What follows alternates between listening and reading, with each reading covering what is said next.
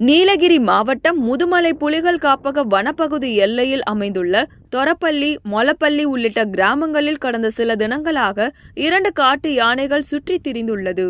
இதனால் அந்த பகுதி மக்கள் அச்சத்தில் இருந்து வரும் நிலையில் நேற்று திடீரென ஊருக்குள் புகுந்த யானை பசுமாட்டை தாக்கியது. இந்த நிலையில் இன்று காலை குடியிருப்பு பகுதியில் புகுந்த 2 காட்டு யானைகளை வனப்பகுதிக்குள் விரட்டும் முயற்சியில் வனத்துறையினர் ஈடுபட்டு வருகின்றனர். ஆனால் அந்த யானைகள் வனப்பகுதிக்குள் செல்லாமல் குடியிருப்பு பகுதியிலேயே சுற்றி திரிந்துள்ளது. இதனையடுத்து வனத்துறையினர் 2 யானைகளின் நடமாட்டத்தை தொடர்ந்து கண்காணித்து வருகின்றனர்.